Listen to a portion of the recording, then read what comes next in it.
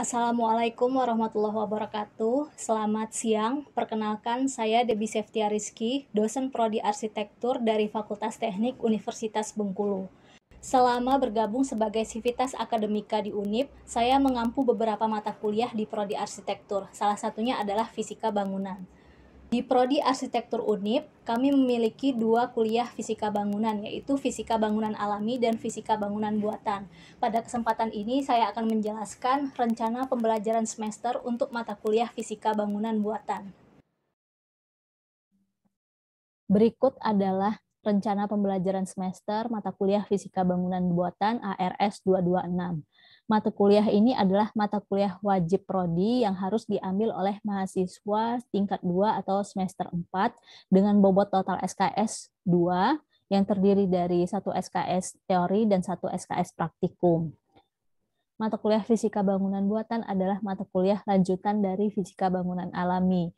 Jadi yang dipelajari oleh mahasiswa di Fisika Bangunan Buatan ini adalah mengenai pencahayaan buatan, penghawaan buatan, dan akustika lanjutan. Selanjutnya ada materi tambahan yaitu isu-isu mengenai energi dalam bangunan seperti penghematan energi, green building, dan isu-isu terkait lainnya. Diharapkan pada akhir semester mahasiswa dapat memahami prinsip-prinsip terkait fisika bangunan buatan dan dapat menghitung analisa mengenai pencahayaan buatan atau lampu, penghawaan buatan atau penggunaan AC, dan juga akustika lanjutan. Serta mahasiswa juga dapat mengetahui isu-isu terkini terkait dengan energi di dalam bangunan.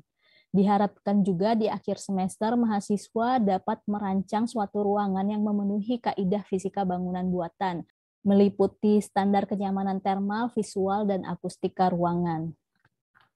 Selama 16 kali pertemuan, akan ada 9 capaian yang dikuasai oleh mahasiswa yang mengambil mata kuliah fisika bangunan buatan ini. Yang pertama adalah konsep dasar fisika bangunan buatan beserta contoh peralatan mekanis untuk mencapai kenyamanan termal, visual, akustik, maupun penghematan energi. Lalu yang kedua, mahasiswa juga dapat menguasai konsep dasar mengenai akustika lanjutan dan juga dapat menghitung kenyamanan suara berdasarkan hasil perhitungan matematis dan simulasi. Perhitungan matematis adalah perhitungan secara manual dan simulasi adalah perhitungan secara komputasional dengan bantuan software Ibana Calculation dan juga web-based noise tools. Selanjutnya, mahasiswa mendapatkan pemahaman mengenai konsep dasar pencahayaan buatan dan juga dapat menghitung kebutuhan dan kenyamanan cahaya lampu berdasarkan hasil perhitungan matematis dan simulasi menggunakan software Dialux. Yang ketiga adalah mahasiswa menguasai konsep dasar mengenai penghawaan buatan dan peralatan mekanisnya atau penggunaan AC.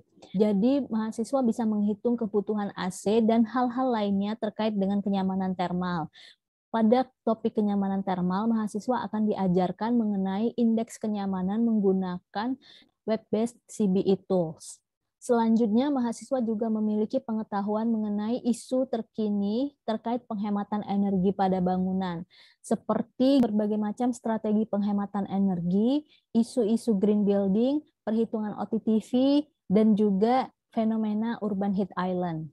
Di akhir, mahasiswa akan diminta untuk membuat gagasan ide atau konsep rancangan bangunan yang menerapkan prinsip pencahayaan, penghawaan, dan akustika buatan. Setelah mengikuti perkuliahan dalam 1 semester, akan terdapat evaluasi mengenai hasil pembelajaran mahasiswa. Yang menjadi komponen penilaian evaluasi kelulusan mahasiswa meliputi tugas kecil, ujian tengah semester, ujian akhir semester, dan tugas besar. Tugas kecil dilaksanakan secara insidentil atau mingguan terkait dengan tema yang sedang dibahas. Tugas ini ditujukan untuk mempersiapkan pengetahuan mahasiswa mengenai materi yang akan disampaikan dan juga untuk mengetahui tingkat pemahaman mahasiswa setelah materi disampaikan. Umumnya tugas kecil ini berupa studi preseden atau membuat rangkuman. Yang akan menjadi penilaian dalam tugas kecil ini adalah ketepatan identifikasi ilmu fisika bangunan buatan, kemudian kedalaman penjelasan, kelengkapan dan kesesuaian data, keaktifan saat diskusi, dan juga kefasihan komunikasi verbal yang digunakan. Tugas kecil ini memiliki bobot 10% dari total nilai yang akan didapatkan mahasiswa di akhir semester.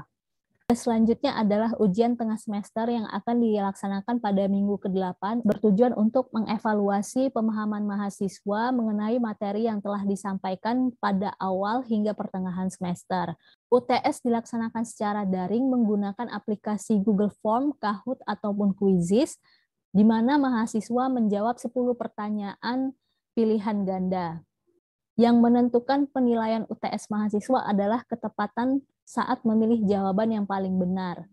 Nilai UTS ini memiliki bobot 20% dari total nilai yang akan didapatkan mahasiswa. Selanjutnya, ujian akhir semester yang akan dilaksanakan di minggu ke-16 untuk mengevaluasi pemahaman mahasiswa mengenai materi dari pertengahan semester hingga akhir semester. UAS akan dilaksanakan secara luring maupun daring dengan aplikasi Google Form, Kahoot, maupun Quizizz, di mana mahasiswa mengisi 10 pertanyaan pilihan ganda dengan batasan waktu yang telah diatur oleh dosen. Penilaian UAS berdasarkan ketepatan memilih jawaban yang paling benar. Ujian akhir semester memiliki bobot 20% dari total nilai yang akan didapatkan oleh mahasiswa di akhir semester. Yang terakhir adalah tugas besar, di mana mahasiswa akan diminta untuk mengumpulkan hasil desain yang berasal dari perhitungan matematis maupun komputasional mengenai kenyamanan termal, kenyamanan visual, dan kenyamanan akustik. Kriteria penilaian untuk tugas besar adalah ketepatan cara perhitungan atau simulasi yang dilakukan, serta kreativitas ide desain yang diusulkan. Tugas besar ini memiliki bobot 50% dari total nilai akhir yang akan didapatkan mahasiswa. Berikut rubrik penilaiannya.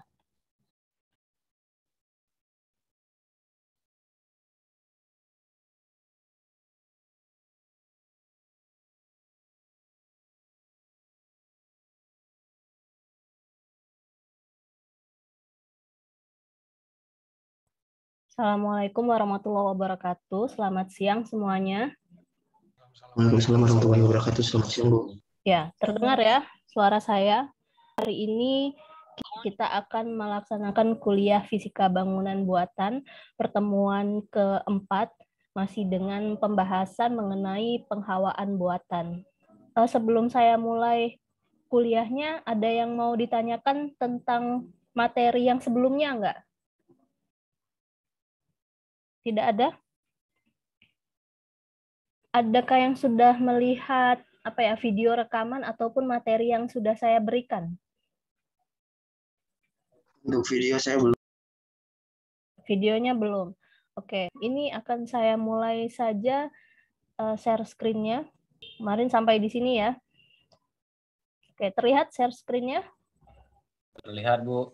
Ya, ini beberapa pertimbangan supaya nanti kalau dikasih AC di desain bangunan kita, kerja AC-nya tidak terlalu berat. Ada banyak, ini sudah saya sebutkan kemarin, dan bisa kalian baca kembali nanti. Selanjutnya ini apa saja sih yang mempengaruhi PKAC yang akan kita pilih atau akan kita gunakan. Yang pertama itu adalah ukuran ruang, kemudian ukuran bukaannya, ukuran jendelanya, seperti itu. Material selimut bangunan, ini material dindingnya, kemudian aktivitas kegiatan yang akan dilakukan di dalam ruangan tersebut, dan juga jumlah orang, serta perabotan elektronik yang menghasilkan panas. Nah, ini contohnya, bila ada kantor, berarti kegiatannya untuk bekerja atau kantor ya, ukurannya 5 meter kali 5 meter, tinggi ruangannya 2,5. Tinggi ruangan ini mungkin hanya sampai ke plafon atau ceiling. Kemudian dia menggunakan 4 lampu, setiap lampunya 40 watt. Ya, ruangannya 5 kali 5, tingginya 2,5 meter. Kemudian bagian utara, sini ada jendelanya. Berarti di bagian kiri, kanan, dan belakangnya ini ada ruangan lain. Dia tidak disampaikan bahwa dia berhubungan langsung dengan ruang luar. Jadi yang menerima panas dari luar hanya dinding di sebelah utara. Kondisinya seperti itu. Lalu pertanyaannya, bagaimanakah beban pendinginan yang diperlukan. Nah, ini cara perhitungannya sebenarnya panjang ya, tapi hitungan yang digunakan itu cenderung sederhana, hanya kali tambah kurang bagi seperti itu. Cuma memang nanti ada yang menentukan nilai-nilai tertentu yang agak sulit. Jadi silahkan diperhatikan. Ukuran ruangnya ini volume, lebar kali panjang kali tinggi. Kemudian di luar ruangan ini juga bisa dapat dari soal ya. Tadi nggak dimasukkan di soal, jadi di luarnya 30 derajat Celcius, kelembabannya 90%. Nah, yang ini kondisi ruang luar ini bisa kalian dapatkan di weather data atau yang mungkin yang sebelumnya di Fisbang alami semester lalu ada yang mencari pakai Meteo Blue. Nah, ini bisa dicari di sana berapa temperatur, berapa kelembaban sesuai dengan lokasi yang akan kalian desain. Kondisi ruang dalam ini adalah kita inginnya kondisi ruang dalam itu seperti apa. Yang diinginkan adalah 25 derajat Celcius dengan kelembaban 50%. Kemudian luas ruangannya ini 5 kali 5, 25. Luas per orangnya 7, ini sesuai dengan standar. Jadi dalam satu ruang itu standarnya hanya bisa digunakan oleh 4 orang. Nah, sampai sini ada yang bingung nggak? Di slide selanjutnya bisa dilihat. Ini yang tadi di soalnya kantor. Jadi kalau tadi luasnya 25 meter persegi, tinggal dibagi 7. Sama dengan berapa? 4 orang. Ini menentukan okupasi ruangnya, ada yang bingung nggak ya? Kayaknya belum ada yang ditanya, Bu. Belum ada, oke. Jadi seperti itu ya, yang pertama dicari dulu ukuran ruangnya, kondisi udaranya, temperatur dan kelembaban, luas dinding kalau dia ada jendela kaca, dan juga standar hunian ruangnya. Kita lihat yang suhu dalam ruang dalamnya tadi mintanya 25. 25 di sini, tarik ke atas, kemudian kelembabannya 50. 50 yang ini, garis biru, kemudian tarik ke kiri, lalu ditarik lagi ke kanan, dapat nilainya 0,014.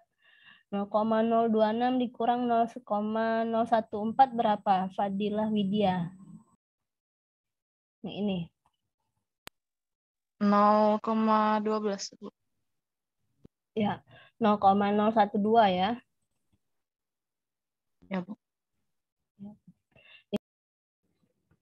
Tinggal dijumlahkan semuanya lalu dibagi dengan 3.440 sebagai pembagi PKAC. Ada yang mau bertanya?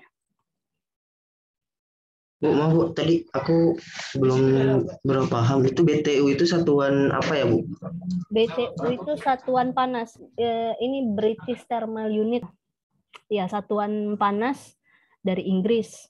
Tapi ini karena referensinya untuk mengubah nilai beban panas ke PKAC adanya BTU, jadi kita hitungnya pakai satuan BTU. Seperti itu. Ada yang masih bingung?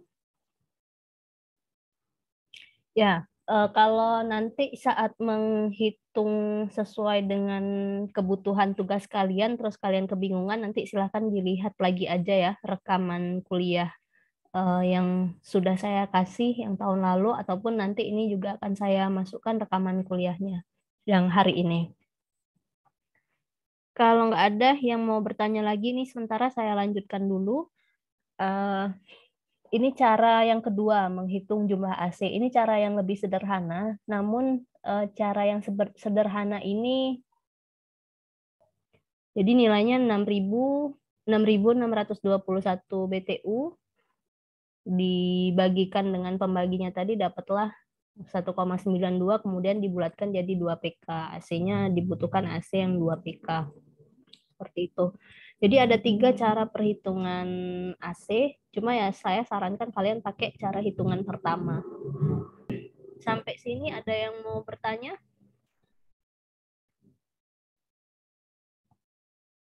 Iza Aziza, mau nanya nggak Iza?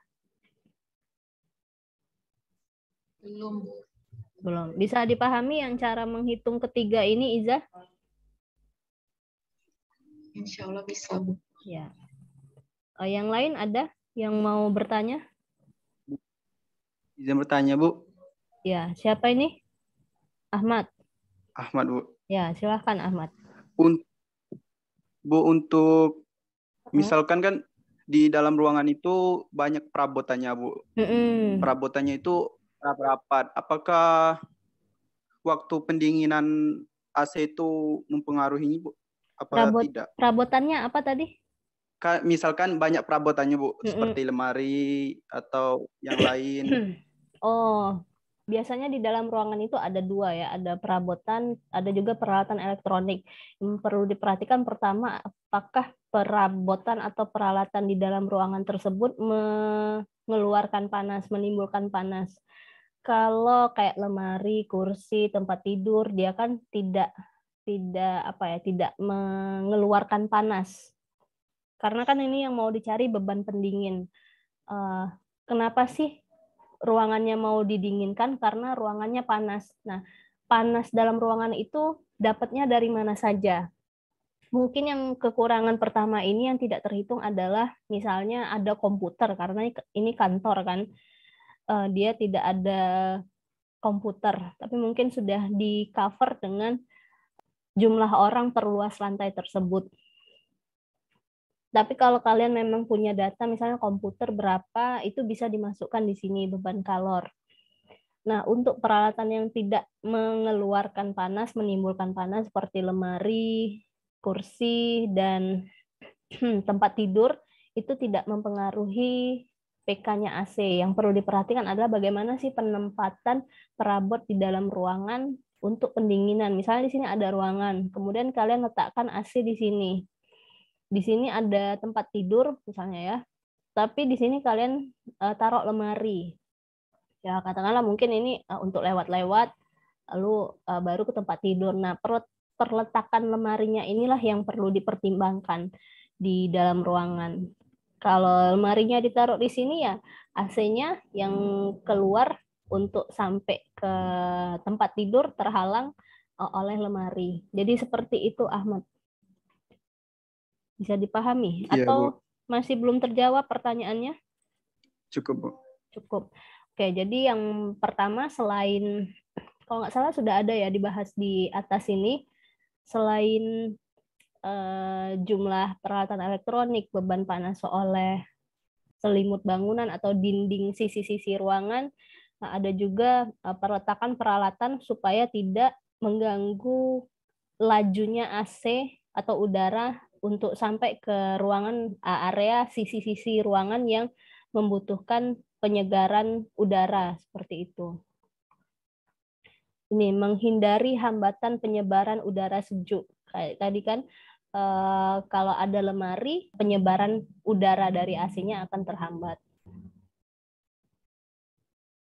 Ya, kalau tidak ada lagi yang mau ditanyakan, ini akan saya tutup ya kelasnya.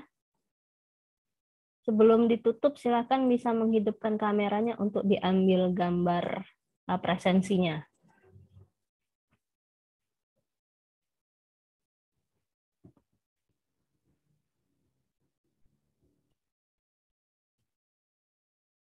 Ya, terima kasih atas kehadirannya melalui online di kelas Fisbang hari ini. Bila ada yang masih bingung, ada pertanyaan, bisa disampaikan ke WA ya. Saya akhiri kuliah kita siang ini. Wassalamualaikum warahmatullahi wabarakatuh. Selamat siang semuanya. Waalaikumsalam.